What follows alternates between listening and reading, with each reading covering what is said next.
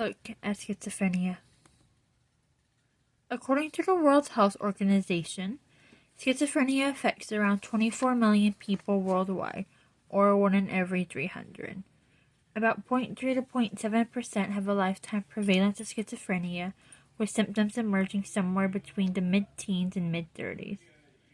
Around 50% of people in mental health hospitals have schizophrenia, but only 31.3% receive specialist mental health care. Schizophrenia is believed to affect all areas of life, including personal, family, social, educational, and occupational. It impacts the way reality is perceived, persistent delusions, limited speech, an inability to express interest, social withdrawal, and cognitive difficulties, to name a few. Around the Middle Ages, schizophrenics were originally thought to be demon-possessed people. However, later on, people would suspect that mental conditions were caused by body imbalances such as diet and alcohol intake, along with an overwork and grief and loss. By 1798, Philip Pinel began what was known as moral therapy. In this scenario, they would respect the person under psychiatric care, establish doctor-patient relationships, and decrease triggering stimuli, along with encouraging routine activity and exercise. Later on in 1900, the Swiss psychiatrist Paul Eugene Bleuler coined the term schizophrenia. This took the Greek word schizo, meaning split, and phrene, meaning mind. In the 1950s, the first antipsychotics would be developed and released, but it wouldn't be until the 1960s that they would become widely available and would lead to deinstitutionalization. Around the 1990s, more sophisticated antipsychotic medications would be developed. Hurley describes schizophrenia as a psychotic disorder characterized by disturbances in thinking, emotional responsiveness, and behavior. However, to be properly diagnosed, 2 or more symptoms must be prevalent for at least 1 month, along with an impairment in one of the previous major areas of functioning for a significant period of time, with disorder signs must also be continuous for at least 6 months. Symptoms for the diagnosis also include a disturbed sleeping pattern, anxiety, derealization, and cognitive deficits that impact language, executive functioning, and social cognition. There have also been several other diagnostic tools identified. Those include Communication Disturbances Index, Brief Psychiatric Rating, and the Mini Mental Status Exam, to name a few.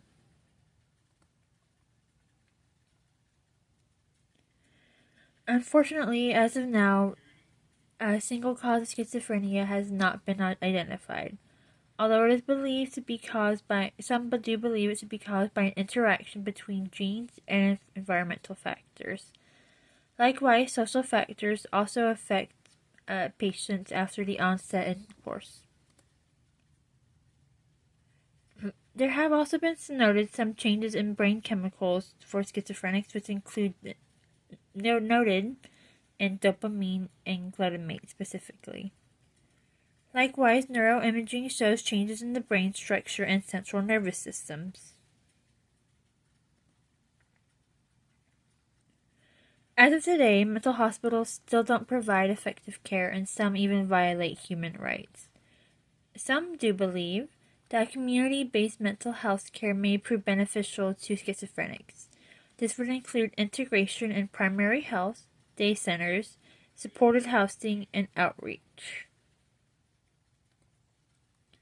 There have been several effective cares options identified, the main 3 being medication, therapy, and comprehensive care.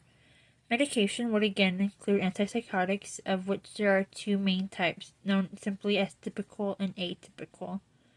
For therapy, cognitive behavioral therapy has proved most beneficial.